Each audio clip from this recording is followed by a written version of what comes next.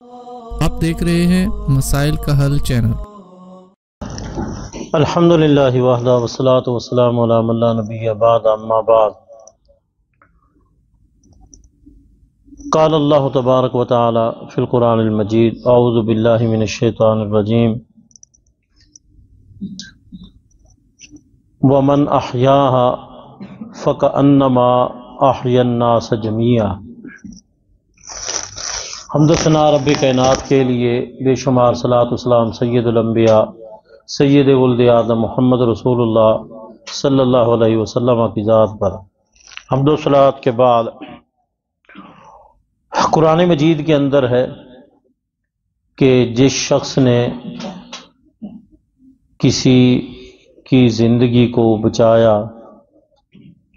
تو گویا کہ اس نے ایک انسان کی زندگی کو نہیں بچایا بلکہ اس نے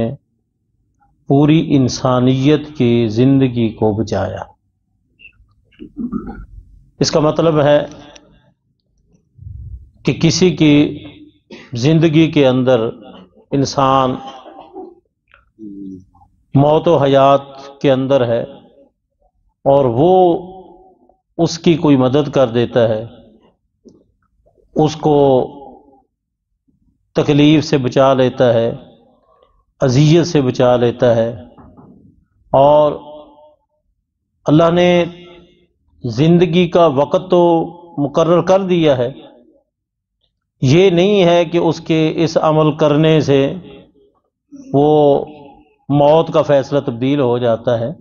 بلکہ یہ بھی تقدیر کا ہی ایک حصہ ہوتا ہے۔ تو کسی کی زندگی میں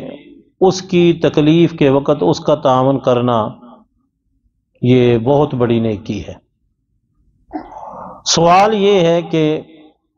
کوئی شخص اپنی زندگی میں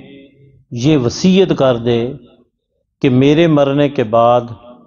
میری آنکھیں، میرے گردے یا میرا جسم کا کوئی حصہ وہ نکال لیا جائے اور پھر کسی انسان کو وہ عطیہ کر دیا جائے، کسی انسان کے کام آ جائے۔ مثلا کسی کی آنکھ خراب ہو تو اس کی آنکھ کے عوض میری آنکھ اس کے کام آ جائے۔ کسی کا گردہ کام کرنا چھوڑ گیا ہے تو اس کو میرا گردہ دے دیا جائے۔ دیکھیں جذبہ تو بہت اچھا ہے، آیا ایک انسان کو اس کی اجازت ہے یا اجازت نہیں ہے؟ دیکھیں زندگی میں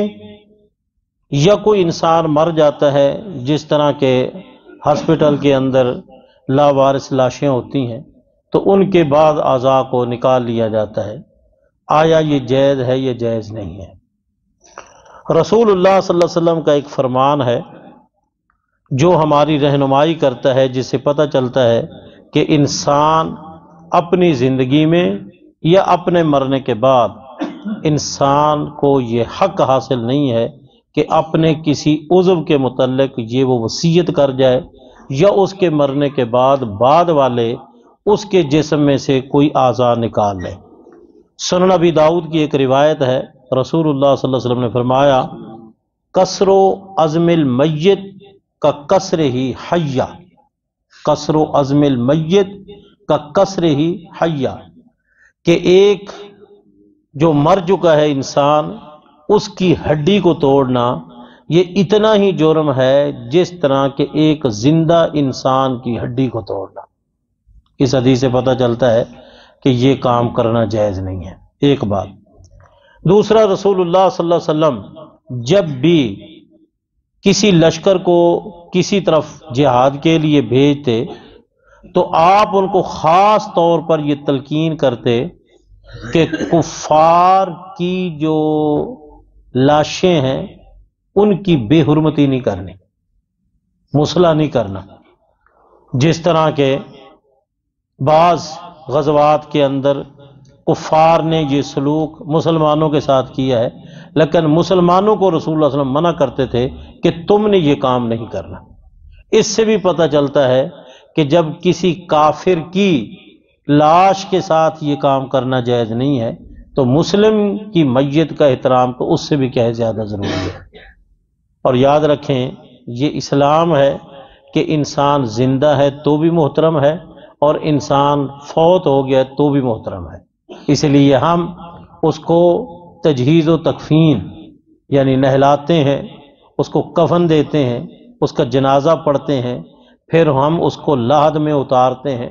قبر میں اتارتے ہیں، پھر ہم مٹی ڈالتے ہیں، پھر ہم پوری کوشش کرتے ہیں کہ کسی جگہ سے کوئی ایسا پہلو نہ ہو کہ اس کی لاش کو کوئی درندہ نکالے یا کوئی اور نکالے، ہم ہر طرح سے اس کا کیا تحفظ کرتے ہیں۔ پھر اسلام ہے جو یہ کہتا ہے کہ مرنے کے بعد قبر کو لیپ کرنا، قبر کی حفاظت کرنا، قبر پہ وقتاً فوقتاً جانا، یہ سارے کے سارے اس کے احترام کی کیا ہیں، یہ مطلب ہے احکام ہیں جو اسلام نے مقرر کی ہیں۔ اسی طرح صحیح مسلم کی ایک روایت ہے، رسول اللہ صلی اللہ علیہ وسلم فرمایا، جو اپنے جسم کا کوئی اعضاء کاٹتا ہے، کوئی اعضاء کاٹتا ہے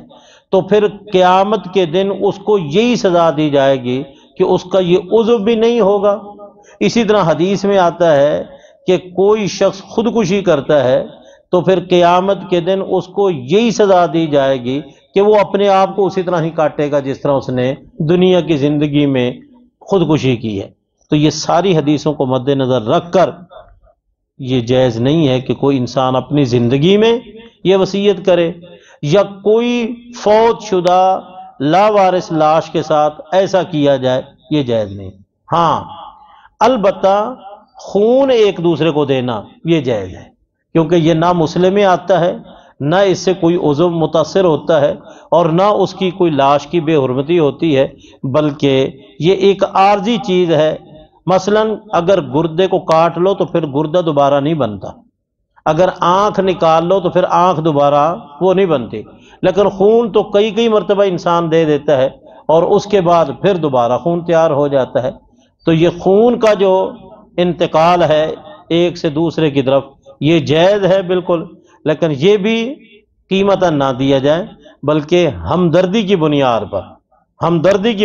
پر یہ کام کیا جائے۔ اللہ تعالی ہمیں توفیق دے کہ ہم جس قدر ہو سکے ہم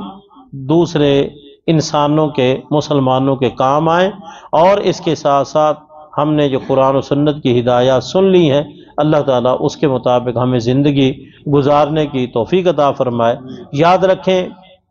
جذبات اپنی جگہ پر، لیکن اسلام کے جو اصول ہیں وہ اپنی جگہ پر۔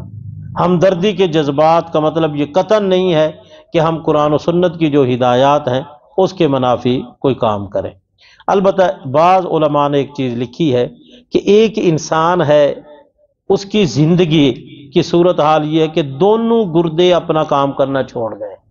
اب ایک گردہ اگر اپنا کوئی بھائی کو دے دیتا ہے، چلو ایک گردہ میرا رہے گا، میری زندگی بھی چلتی رہے گی، اور ایک گردہ میں اپنے بھائی کو دے دوں گا، اس کی زندگی بھی، تو اس حد تک وہ کہتے ہیں کہ یہ جائز ہے۔ لیکن یہ کہنا کہ میرے مرنے کے بعد میرے اعضاء کو عطیہ کر دیا جائے یا کسی کی لاش جو لاوارث ہے اس کے ساتھ یہ سلوک کیا جائے، یہ قطعاً جائز نہیں ہے۔ وہ پیوند کاری جو ہے نا، وہ تھوڑا سا ٹکڑا لے کے مزید اس کی کر دیتے ہیں، وہ جائز ہے، اس میں کوئی حد نہیں۔ اللہ تعالی ہمیں